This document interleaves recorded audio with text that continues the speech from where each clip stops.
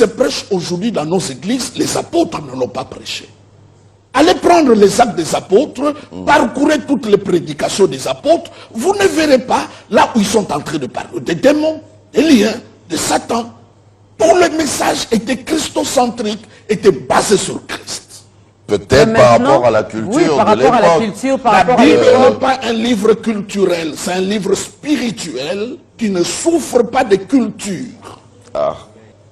Les démons existent, les liens, les envoûtements, tout ce que vous voulez. Mais nous ne voulons pas faire la promotion de tout ça.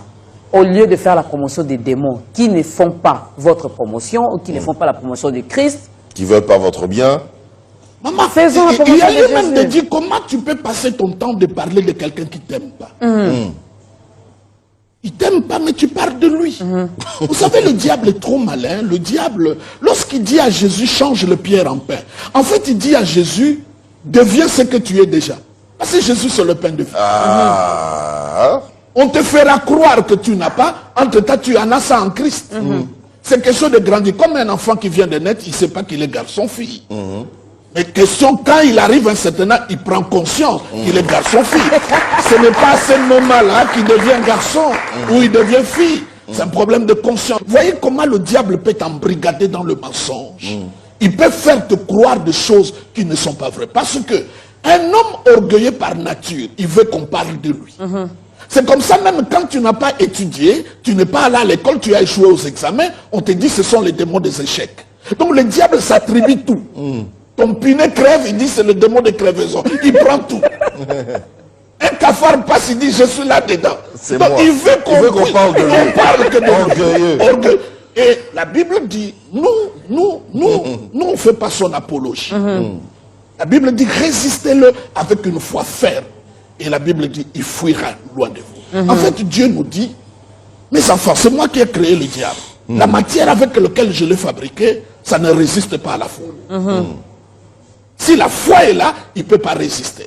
C'est comme tu achètes un électroménager, on te dit, il faut le mettre, même un médicament, on te dit, il faut mettre à cette température, à telle autre température. Il dit, je l'ai fabriqué, je l'ai créé. La matière avec laquelle je l'ai créé, je vous donne le secret. Si tu le fais passer par la foi, il ne peut pas résister. c'est fini.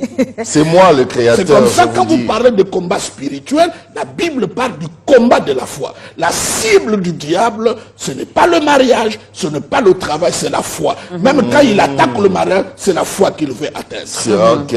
C'est pour te faire perdre la foi. La foi. Parce qu'il sait que si tu n'as Parce plus que de sans foi, la foi, tu ne peux pas être agréable. agréable à Dieu. Ah oui, oui, oui. Je crois qu'on peut acclamer pour ça. Lorsque les enfants d'Israël étaient mordus par le serpent, qu'est-ce que le Seigneur a dit?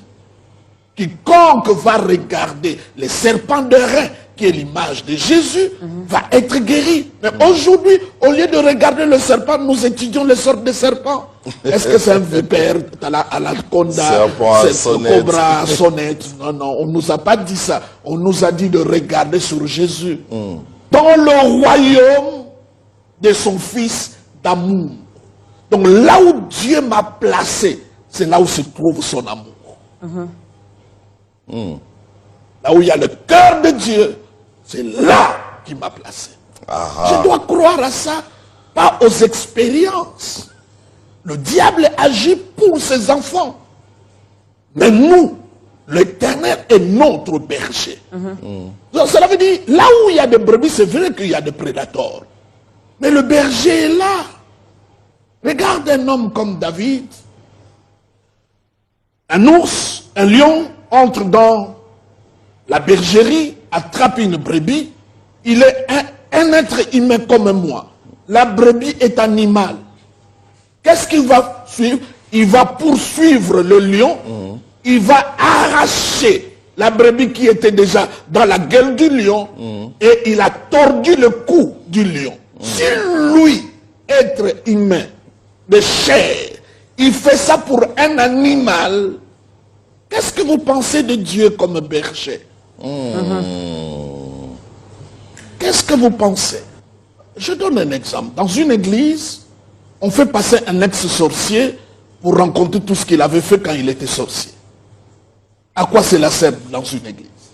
Je mangeais un tel, vous voyez l'accident là limité, c'était moi, j'ai fait ceci. Ça fait quoi à l'église? pour pousser à ceux qui continuent à demeurer dans la sorcellerie, de voir comment il va finir. Mais ce n'est pas à l'église aller leur dire cela. L'église, c'est autre chose, c'est pour la bonne nouvelle. Si nous poussons la logique, pourquoi vous ne prenez pas une prostituée, vous le mettez devant et qui nous rencontre ce numéro avec les hommes?